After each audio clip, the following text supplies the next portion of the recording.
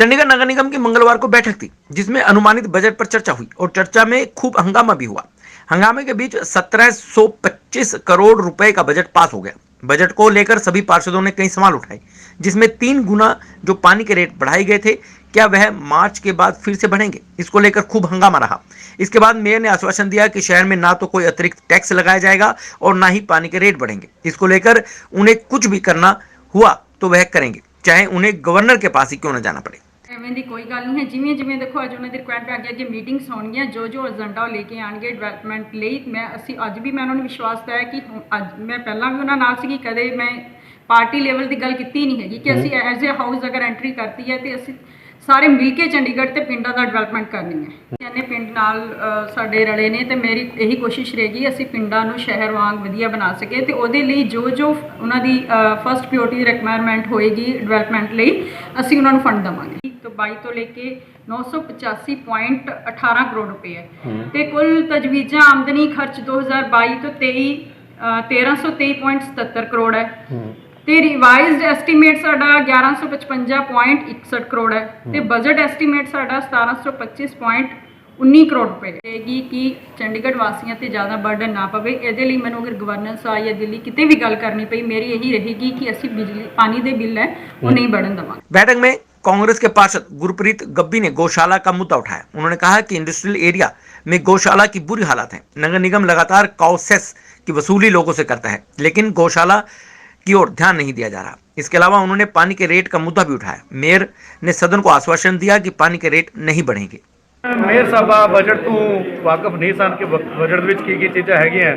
ਜੇ ਅਸੀਂ ਕਈ ਚੀਜ਼ਾਂ ਰੱਖੀਆਂ, ਜਿਵੇਂ ਅਸੀਂ ਰੱਖਿਆ ਸਭ ਤੋਂ ਪਹਿਲੇ ਕਿ ਵੀ ਅਸੀਂ ਗਊ ਮਾਤਾ ਨੂੰ ਸਾਰੇ ਪੂਜਦੇ ਹਾਂ, ਅਸੀਂ ਗਊਸ਼ਾਲਾ ਬਣਾ ਰਹੇ ਹਾਂ ਔਰ ਤੁਸੀਂ ਉਹਦੇ ਵਿੱਚ ਅਸੀਂ ਕਾਉਸੈਸ ਦਿੰਦੇ ਹਾਂ ਔਰ ਤੁਸੀਂ ਉਸ 'ਚ ਪ੍ਰਾਵਧਾਨ ਰੱਖਿਆ 18 ਕਰੋੜ ਦਾ ਗਊਸ਼ਾਲਾ ਲਾਉਣ ਤੇ ਜਿਹੜੀ ਇੰਡਸਟਰੀ ਦੀ ਗਊਸ਼ਾਲਾ ਦਾ ਇੰਨਾ ਮਾੜਾ ਹਾਲ ਉਹਨਾਂ ਨੂੰ ਪਤਾ ਹੀ ਨਹੀਂ। ਸੋ ਕਹਿੰਦੀ ਨਹੀਂ ਜੀ ਇਹਦਾ ਬਜਟ ਨਾਲ ਕੋਈ ਲੈਣ ਦੇਣ ਨਹੀਂ। ਉਹਨੂੰ ਕਰੈਕਟ ਕੀਤਾ ਕਿ ਮੈਡਮ ਸਾਹਿਬਾ ਤੁਹਾਡੀ ਨੇਕ ਨੀਤੀ ਹੋ ਸਕਦੀ ਹੈ, ਲੇਕਿਨ ਇਹਦੇ ਵਿੱਚ ਪ੍ਰਾਵਧਾਨ ਹੈਗਾ, ਤੁਹਾਨੂੰ ਪਤਾ ਨਹੀਂ ਹੈ, ਉਹਦੇ ਉੱਤੇ ਗੱਲ ਕਰ ਰਹੇ ਹਾਂ। ਸੈਕੰਡਲੀ ਇਹਨਾਂ ਨੇ ਸਵਾਲ ਰੱਖਿਆ 2022-23 ਦੇ ਵਿੱਚ ਕਿ ਅਸੀਂ 156 ਕਰੋੜ ਰੁਪਇਆ ਸੀਵਰੇਜ ਸੈਸ ਔਰ ਵਾਟਰ ਤੋਂ ਇਕੱਠਾ ਕਰਾਂਗੇ। ਪਿਛਲੀ ਵਾਰ ਜੋ 2021-22 ਸੀ ਉਸ 'ਚ ਇਹਨਾਂ 150 ਦਾ ਟੀਚਾ ਰੱਖਿਆ ਸੀ, ਉਸ 'ਚ ਇਹਨਾਂ ਨੇ 3 ਗੁਣਾ ਜਿਹੜੇ ਹੈ ਉਹ ਰੇਟ ਵਧਾਤੇ ਸੀ ਪਾਣੀ ਦੇ। ਠੀਕ ਹੈ ਜੀ, ਉਹਦੇ ਨਾਲ ਹੀ ਜੋ ਪਾਣੀ ਦੇ ਰੇਟ ਵਧਦੇ ਉਹਦਾ ਸੀਵਰੇਜ ਸੈਸ ਵੀ ਵੱਧ ਜਾਂਦਾ ਤੇ ਉਹ ਲੋਕਾਂ ਦੇ ਉੱਤੇ ਬਹੁਤ ਵੱਡਾ ਬੋਝ ਪਿਆ ਸੀ। ਐਤਕੀ ਮੈਂ ਇਹਨਾਂ ਨੂੰ ਪੁੱਛਿਆ ਜੇ ਤੁਸੀਂ 156 ਕਰੋੜ ਜਿਹੜਾ ਲਾਇਆ ਹੈ ਤੁਸੀਂ ਇਕੱਠਾ ਕਿੱਦਾਂ ਕਰਨਾ ਹੈ, ਤਾਂ ਤੁਸੀਂ ਦੇਖ ਰਹੇ ਹੋਗੇ ਕਿ ਸਾਰਾ ਹਾਊਸ 15 ਮਿੰਟ ਵਾਸਤੇ ਸ਼ਾਂਤ ਹੋ ਗਿਆ। ਨਾ ਮੈਡਮ ਮੇਅਰ ਸਾਹਿਬਾ ਨੂੰ, ਕਮਿਸ਼ਨਰ ਜੀ ਨੂੰ, ਨਾ ਇਹਨਾਂ ਦੇ ਡਿਪਟੀ ਸਾਹਿਬ ਨੂੰ ਤੇ ਨਾ ਸੈਕਟਰੀ ਸਾਹਿਬ ਨੂੰ ਉਸ ਗੱਲ ਦੇ ਉੱਤੇ ਜਵਾਬ ਨਹੀਂ ਸੀ ਆ ਰਿਹਾ। ਫਿਰ ਜੋਸ਼ੀ ਜੀ ਨੇ ਗੱਲ ਦੀ ਕੜੀ ਬਣਾਉਣ ਵਾਸਤੇ, ਉਹਨੂੰ ਘੁਮਾਉਣ ਵਾਸਤੇ ਗੱਲ ਹੋਰ ਪਾਸੇ ਸ਼ੁਰੂ ਕੀਤੀ, ਲੇਕਿਨ ਉਹਨੂੰ ਫਿਰ ਅਸੀਂ ਫੜਿਆ। ਜਿਹੜਾ ਬਜਟ ਹੈ ਇਹਦੇ ਬਜਟ ਵਿੱਚ ਆਮ ਲੋਕਾਂ ਤੇ ਕਿੰਨਾ ਕੁ ਬੋਝ ਪਏਗਾ? ਕਿਆ ਲੱਗਦਾ ਕਿ ਪਾਣੀ ਦੇ ਟੈਕਸ ਵਧਾਏ ਜਾਣਗੇ? ਦੇਖੋ ਜੀ, ਜੇ ਇਹਦਾ ਪਾਣੀ ਦੇ ਟੈਕਸ ਵਧਣਗੇ, ਜੇ 156 ਕਰੋੜ ਨੂੰ ਟਾਰਗੇਟ ਕਰਨਗੇ ਤਾਂ ਪਾਣੀ ਦਾ ਇਹਦਾ ਮਤਲਬ ਇਹਨਾਂ ਦੇ ਮਨ 'ਚ ਹੈ ਕਿ ਅਸੀਂ ਪਾਣੀ ਦਾ ਬਿੱਲ ਦੁਬਾਰਾ ਵਧਾਈਏ। ਅਗਰ ਪਾਣੀ ਦਾ ਬਿੱਲ ਵਧਣ ਦਾ ਮਤਲਬ ਹੁੰਦਾ ਤੁਹਾਡਾ ਸੀਵਰੇਜ ਸੈਸ ਵੀ ਵਧਣਾ ਤੇ ਉਹ ਲੋਕਾਂ ਦੇ ਉੱਤੇ ਬੋਝ ਪਏਗਾ ਹੀ ਪਏਗਾ। ਇਹ ਲੋਕ ਉਹੀ ਅਸੀਂ ਹਮੇਸ਼ਾ ਕਹਿੰਦੇ ਇਹਨਾਂ ਦੀ ਕਰਨੀ ਔਰ ਕਥਨੀ ਦੇ ਵਿੱਚ ਬਹੁਤ ਵੱਡਾ ਫਰਕ ਹੈ। ਇਹ ਲੋਕਾਂ ਨੂੰ ਵੋਟਾਂ ਦੇ ਟਾਈਮ ਬਹੁਤ ਕੁਝ ਕਹਿੰਦੇ ਆ, ਜਦੋਂ ਵੋਟਾਂ ਚੱਲਦੀਆਂ ਉਦੋਂ ਗਊ ਮਾਤਾ ਹੁੰਦੀ ਹੈ ਤੇ ਜਿੱਦਾਂ ਹੀ ਵੋਟਾਂ ਖਤਮ ਹੁੰਦੀਆਂ ਗਊਸ਼ਾਲਾ ਦੇ ਵਿੱਚ ਗਊ ਮਾਤਾ ਸੜ ਰਹੀ ਹੈ, ਲੇਕਿਨ ਇਹ ਲੋਕ ਦੀ देख रेख नहीं करते। ਇਹਨਾਂ ਦੀ करनी और कथनी फर्क है, लोग ही जान चुके हैं पहले। इसके अलावा बजट में गांवों की अनदेखी का मुद्दा शिरोमणि अकाली दल के पार्षद हरदीप सिंह ने उठाया। उन्होंने कहा कि बजट काफी निराशाजनक है, जिसमें गांव के विकास की ओर कोई ध्यान नहीं हुआ और न ही इस पर कोई चर्चा हुई। नगर निगम में शामिल तो गांवों को कर लिया गया, लेकिन कामों का यहाँ पर कोई अता पता नहीं, विकास गांवों का हो नहीं रहा और बजट में भी गांवों के लिए कुछ खास नहीं है। मैं कहना चाहता कि मैं अज जो पिंडा की गल कर रहा थी, पेज नंबर 47 ਦੇ इन्होंने लिखा होया ਜਿਹੜੇ नगर निगम के अंदर पिंड ਪਹਿਲਾਂ ਤੋਂ ਨੇ 9 ਪਿੰਡ, ਉਹਨਾਂ ਬਾਰੇ ਲਿਖਿਆ ਸੀਗਾ ਕਿ ਉਹਨਾਂ ਦੇ ਸਾਰੇ ਕੰਮ ਜਿਹੜੇ ਕੰਪਲੀਟ ਹੋ ਗਏ ਨੇ। ਮੈਂ ਪੁੱਛਿਆ ਉੱਥੇ ਦੇ ਮੇਰੇ ਸਾਥੀ ਜਿਹੜੇ ਕਾਉਂਸਲਰ ਸਾਹਿਬਾਨ ਸੀਗੇ ਉਹਨਾਂ ਪਿੰਡਾਂ ਦੇ, ਹੱਲੋ ਮਾਜਰੇ ਵਾਲਿਆਂ ਨੂੰ, ਕਜੇੜੀ ਵਾਲਿਆਂ ਨੂੰ, ਪਲਸੌਰੇ ਵਾਲਿਆਂ ਨੂੰ, ਕੀ ਉੱਥੇ ਕੰਮ ਹੋ ਚੁੱਕਿਆ ਹੈ ਪੂਰਾ? ਹਾਲਾਤ ਦੇਖੋ ਜਾ ਕੇ ਬਦ ਤੋਂ ਬੱਤਰ ਨੇ ਪਿੰਡਾਂ ਦੇ ਹਾਲਾਤਾਂ ਬਾਰੇ ਕੋਈ ਨਹੀਂ ਸੋਚ ਰਿਹਾ। ਮੈਨੂੰ ਤਾਂ ਉਮੀਦ ਸੀ ਕਿ ਇਹ ਪਿੰਡਾਂ ਤੋਂ ਮੇਅਰ ਆਈ ਹੈ ਕਿ ਪਿੰਡਾਂ ਦੇ ਬਾਰੇ ਕੁਝ ਸਪੈਸ਼ਲ ਹੋਏਗਾ, ਮਗਰ ਕੁਝ ਵੀ ਦੇ ਵਿੱਚ ਨਹੀਂ ਸੀਗਾ। ਅੱਛਾ, 13 ਹੋਰ ਪਿੰਡ ਜਿਹੜੇ ਸ਼ਾਮਿਲ ਕੀਤੇ ਗਏ ਨੇ ਐਮਸੀ ਦੇ ਵਿੱਚ, ਉਹਨਾਂ ਦੀ ਵੀ ਹਾਲਤ ਬਹੁਤ ਖਰਾਬ ਹੈ। ਉਹਨਾਂ ਦੇ ਵੀ ਹਾਲਾਤ ਤੁਸੀਂ ਦੇਖ ਸਕਦੇ ਹੋ ਨਾ। ਉਹਨਾਂ ਵਾਸਤੇ ਵੀ ਕੋਈ ਬਜਟ ਦੇ ਵਿੱਚ ਕੋਈ ਕਮਿਊਨਿਟੀ ਸੈਂਟਰ ਦਾ ਪ੍ਰੋਵੀਜ਼ਨ, ਅਗਰ ਤੁਸੀਂ ਹੁਣ ਨਿਗਮ ਦੇ ਵਿੱਚ ਲੈ ਹੀ ਆਏ ਪਿੰਡ, ਤਾਂ ਉਹਨਾਂ ਵਾਸਤੇ ਕਮਿਊਨਿਟੀ ਸੈਂਟਰ ਦਾ ਪ੍ਰੋਵੀਜ਼ਨ ਹੋਣਾ ਚਾਹੀਦਾ ਸੀਗਾ। ਉਹਨਾਂ ਵਾਸਤੇ ਗ੍ਰੀਨ ਬੈਲਟਸ ਹੋਣੀਆਂ ਚਾਹੀਦੀਆਂ ਸੀਗੀਆਂ ਇਹ ਕੁਝ ਵੀ ਇਸ ਬਜਟ ਦੇ ਵਿੱਚ ਨਹੀਂ ਲਿਆ ਗਿਆ। ਇਹ ਬਿਲਕੁਲ ਹੀ ਜਿਹੜਾ ਹੈਗਾ ਪਿੰਡਾਂ ਦੇ ਹੱਕ ਦਾ ਬਜਟ ਨਹੀਂ ਹੈ। ਇਸੇ ਕਰਕੇ ਮੈਂ ਆਵਾਜ਼ ਚੱਕੀ ਸੀ ਕਿ ਮੈਨੂੰ ਦੁੱਖ ਹੈ ਕਿ ਤੁਸੀਂ ਪਿੰਡਾਂ ਦੇ ਸੁਧਾਰ ਦੀ ਇਹਦੇ ਵਿੱਚ ਗੱਲ ਨਹੀਂ ਰੱਖੀ। वहीं हरप्रीत कौर बबला ने प्राइमरी हेल्थ एजुकेशन और सेक्टर 27-28 में बंदरों के आतंक का मुद्दा सदन में उठाया। उन्होंने कहा कि इन दोनों मुद्दों पर बजट रखना चाहिए। यह दोनों मुद्दे जनता से सीधे जुड़े हुए हैं। सबसे ज्यादा बड़ा मुद्दा है कि उनके एरिया में बंदरों का आतंक मचा हुआ है, लेकिन इसको लेकर कभी भी नगर निगम और प्रशासन ने कोई कार्य नहीं किया है। लोग यहाँ पर बंदरों के डर के साए में जी रहे हैं। 27-28 की ही प्रॉब्लम नहीं है, ये पूरे शहर की प्रॉब्लम है। और अब तो इतना बढ़ चुका है कि जो पार्क्स हम एक तरफ कह रहे हैं कि हम बहुत सुंदर सुंदर पार्क्स बना रहे हैं बच्चों के खेलने के लिए, बुजुर्गों के सैर करने के लिए, पर मैं ये बताना चाहती हूँ कि दोनों जने ये जो फैसिलिटी है इसको अवेल नहीं कर पा रहे। रीज़न भी क्योंकि इतना ज़्यादा मंकी मैंने फैल चुका है कि अभी पिछले हफ्ते 2-3 बच्चों को मंकी से सेक्टर 28 में काटा है। तो मैंने अपील की फॉरेस्ट डिपार्टमेंट से, वो लोग आए लेके, पर वो एक बहुत टेम्परेरी सा तरीका है।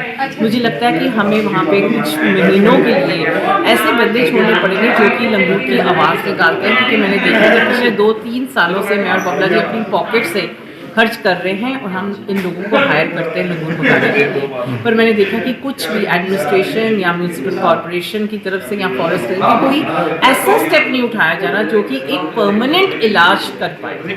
तो इसके लिए कोई पॉलिसीज बननी चाहिए, उनका उपाय क्या है? कि इसकी पॉलिसी बननी चाहिए, कोई फंड रिलीज होना चाहिए जहाँ पे एटलीस्ट कम से कम 2 लोग हायर किए जाएं जो कि अपने वार्ड में कम से कम एक एक्सरसाइज का एक सिस्टम बनाना चाहिए, ताकि 3 महीने जैसे वो लोग आते हैं या ऑल्टरनेट डेज पे ही आए, पर उनकी पेमेंट होनी चाहिए फ्रॉम द एमसी हेड, ताकि उनका एक तरह हम बात करते हैं जी हमारे पार्क इतने सुंदर हैं, हम इनको यूटिलाइज करें। तो मेरे को लग रहा है कि नॉट ओनली पार्क, लोगों का पर्सनल नुकसान बहुत होता है। घरों के अंदर आके फ्रिज खोलते हैं, खाना जूठा करते हैं, एंड रेबीज की बीमारी आपको पता है मंकीज की कितनी ज़्यादा स्प्रेड हो सकती है। तो मेरे हिसाब से एक बहुत ही अहम मुद्दा है जिसको हम हाईलाइट नहीं करते, पर मुझे लगा कि आज बजट इशू है तो इसमें एक प्रावधान जरूर किया जाए जिसमें हम मकिंग बैलेंस, जो कि एक शहर के लिए बहुत बड़ा चैलेंज बन चुका है। और दूसरा आपने बात की डिस्पेंसरीज और प्राइमरी हेल्थ की। देखिए जी, हम लोगों को काबिल तारीफ है जो डिस्पेंसरीज ने पिछले 3 सालों से काम किया है, और हम लोग सब जानते हैं कि आज चंडीगढ़ में कितनी यूनिफॉर्मिटी के साथ वैक्सीनेशन का जो प्रपोजल था वो हुआ है सीनियर सिटीजन या कुछ भी, और मतलब इतनी मैं कहूँगी इतने सिस्टमैटिक तरीके से हुआ है डिस्पेंसरीज ने, हम उनको तारीफ करते हैं। आम आदमी पार्टी की ओर से भी लगातार विरोध किया गया। कहा गया कि बजट पर जनता पर किसी भी तरह का कोई अतिरिक्त बोझ नहीं लगना चाहिए और ना ही जनता पर कोई टैक्स लगना चाहिए। देखो, ਜਿਹੜਾ ਬਜਟ ਹੁੰਦਾ ਹੈ ਉਹ ਚੰਡੀਗੜ੍ਹ ਦੀ ਡਿਵੈਲਪਮੈਂਟ ਨਹੀਂ ਹੁੰਦਾ। ਸੋ ਕਾਫੀ ਸਾਡੇ ਕੁਐਰੀ ਸੀ ਸਾਡੀ ਪਾਰਟੀ ਵੱਲੋਂ, ਜਿਹੜੀ ਕਿ ਅੱਜ ਸਾਡੇ ਪਾਰਟੀ ਦੇ ਵੱਖ-ਵੱਖ ਨੁਮਾਇੰਦਿਆਂ ਨੇ ਮੇਅਰ ਸਾਹਿਬ ਅੱਗੇ ਰੱਖੇ, ਕਿਉਂਕਿ ਚੇਅਰ ਹੈ ਤੇ ਚੇਅਰ ਨੂੰ ਹੀ ਅਸੀਂ ਐਡਰੈਸ ਕਰਦੇ ਹਾਂ। ਸੋ ਉੱਥੋਂ ਸਾਨੂੰ ਕਲੈਰੀਫਿਕੇਸ਼ਨ ਹੋਈਆਂ ਨੇ, ਕਿਉਂਕਿ ਬਜਟ ਚੰਡੀਗੜ੍ਹ ਦੀ ਡਿਵੈਲਪਮੈਂਟ ਲਈ ਹੈ। ਔਰ ਸਭ ਤੋਂ ਵੱਡਾ ਮੇਨ ਪੁਆਇੰਟ ਜਿਹੜਾ ਅੱਜ ਕਾਂਗਰਸ ਪਾਰਟੀ ਨੇ ਵੀ ਰੱਖਿਆ ਸੀ, ਮੈਂ ਇੱਥੇ ਕੋਈ ਰਾਜਨੀਤੀ ਨਹੀਂ ਕਰਨਾ ਚਾਹੁੰਦਾ, ਮੈਂ ਇਹ ਚਾਹੁੰਦਾ ਵਾਂ ਵੀ ਅਗਰ ਉਸ ਪਾਣੀ ਦੇ ਵਿੱਚ ਪਹਿਲਾਂ ਤੁਸੀਂ 150 ਕਰੋੜ ਰੁਪਏ ਦਾ ਬਜਟ ਰੱਖਿਆ ਸੀ, ਐਤਕੀ ਤੁਸੀਂ ਵਧਾ ਕੇ ਲੈ ਕੇ ਆਏ ਹੋ, ਔਰ ਜਦ ਕਿ ਤੁਸੀਂ ਗਵਰਨਰ ਸਾਹਿਬ ਤੋਂ ਮਾਰਚ ਤੱਕ ਉਹਦਾ ਜਿਹੜਾ 3 ਗੁਣਾ ਰੇਟ ਆ ਉਹ ਰੁਕਵਾ ਚੁੱਕੇ ਹੋ, ਫਿਰ ਦੁਬਾਰਾ 156 ਕਰੋੜ ਲੈ ਕੇ ਆਏ ਹੋ। ਸੋ ਉਹ ਸਾਡਾ ਇੱਕ ਮੇਨ ਮੁੱਦਾ ਉਹ ਸੀ, ਚਾਹੇ ਕਾਂਗਰਸ ਪਾਰਟੀ ਦਾ ਸੀ ਚਾਹੇ ਸਾਡੀ ਪਾਰਟੀ ਦਾ ਸੀ, ਅਸੀਂ ਜੁਆਇੰਟਲੀ ਅਸੀਂ ਉਹਦਾ ਇੱਕ ਵਿਰੋਧ ਕੀਤਾ। ਔਰ ਮੇਅਰ ਸਾਹਿਬ ਨੇ ਸਾਨੂੰ ਉਸ 'ਚ ਵਿਸ਼ਵਾਸਨ ਵੀ ਦਿੱਤਾ ਹੈ ਕਿ ਮੈਂ ਚੰਡੀਗੜ੍ਹ ਦੀ ਜਨਤਾ ਦੇ ਉੱਤੇ ਪਾਣੀ ਦਾ ਰੇਟ ਨਹੀਂ ਵਧਣ ਦਿਆਂਗੀ, ਤੁਹਾਡੇ ਨਾਲ ਮਿਲ ਕੇ ਧਰਨਾ ਲਾਵਾਂਗੀ। ਸੋ ਇਸ ਤੇ ਕੋਈ ਰਾਜਨੀਤਿਕ ਨਹੀਂ ਕਰਨੀ। ਤਿੰਨਾਂ ਪਾਰਟੀਆਂ ਦਾ ਸਾਡਾ ਜੇ ਅੰਦਰ ਇਹ ਹਾਊਸ 'ਚ ਫੈਸਲਾ ਹੋ ਗਿਆ ਕਿ ਜਦੋਂ ਕਿਤੇ ਲੋੜ ਪਊਗੀ ਧਰਨਾ ਲਾਉਣ ਦੀ, ਚੰਡੀਗੜ੍ਹ ਦੀ ਜਨਤਾ ਲਈ ਅਸੀਂ ਇਕੱਠੇ ਹੋਵਾਂਗੇ। ਸੋ ਇੱਕ ਬਹੁਤ ਅੱਛੀ ਗੱਲ ਹੈ। ਔਰ ਵੱਖ-ਵੱਖ ਜਿਵੇਂ ਪਿੰਡਾਂ ਦੇ ਮੁੱਦੇ ਬਹੁਤ ਹੀ ਅੱਜ ਸਾਡੇ ਸਾਥੀਆਂ ਨੇ ਚੱਕੇ ਨੇ, ਕਿਉਂਕਿ ਵੱਖ-ਵੱਖ ਪਿੰਡਾਂ ਤੋਂ ਆਏ ਨੇ ਔਰ ਪਿੰਡਾਂ 'ਚ ਜ਼ਿਆਦਾ ਲੋੜ ਹੈ ਡਿਵੈਲਪਮੈਂਟ ਦੀ, ਕਿਉਂਕਿ ਹੁਣ ਉਹ ਪਿੰਡਾਂ ਨੂੰ ਡਿਵੈਲਪਮੈਂਟ ਦੇ ਨਾਂ ਤੇ ਹੀ ਵਾਰਡਬੰਦੀ 'ਚ ਲੈ ਕੇ ਆਏ ਨੇ। ਸੋ ਉੱਥੇ ਵੀ ਜਿਹੜਾ ਮੇਅਰ ਸਾਹਿਬ ਨੇ ਔਰ ਕਮਿਸ਼ਨਰ ਸਾਹਿਬ ਮੈਮ ਨੇ ਦੱਸਿਆ ਕਿ ਜਿਹੜਾ ਇਹਦੇ ਲਈ ਸਾਨੂੰ ਬਜਟ ਦਿੱਤਾ ਗਿਆ ਹੈ 50 ਕਰੋੜ ਰੁਪਈਆ, ਉਹਦੇ ਵਿੱਚ ਅਸੀਂ ਸੀਵਰੇਜ ਔਰ ਪਾਣੀ ਦਾ ਕੰਮ ਉੱਥੇ ਸ਼ੁਰੂ ਕਰ ਚੁੱਕੇ ਹਾਂ, ਔਰ ਬਾਕੀ ਦਾ ਕੰਮ ਐਡਮਿਨਿਸਟ੍ਰੇਸ਼ਨ ਉੱਥੇ ਕਰ ਰਹੀਆਂ ਨੇ। ਹੋਰ ਜਿਵੇਂ ਕੰਮ ਪ੍ਰੋਵੀਜ਼ਨ ਲੈ ਕੇ ਆਏ ਨੇ ਵੀ ਇਸ ਕੰਮ ਲਈ ਇੰਨੇ ਪੈਸੇ ਰੱਖੇ ਗਏ ਨੇ, ਇਸ ਕੰਮ ਲਈ ਇੰਨੇ ਪੈਸੇ ਰੱਖੇ ਗਏ ਨੇ, ਹੁਣ ਅੱਗੋਂ ਸਾਡੀ ਕਾਉਂਸਲਰਸ ਦੀ ਡਿਊਟੀ ਹੁੰਦੀ ਹੈ ਵੀ ਆਪਣੇ ਵਾਰਡ 'ਚ ਕਿਹੜਾ ਕੰਮ ਕਰਾਉਣਾ ਔਰ ਇੱਥੋਂ ਦੀ ਉਹ ਪੈਸੇ ਸੈਂਕਸ਼ਨ ਕਰਾਉਣੇ।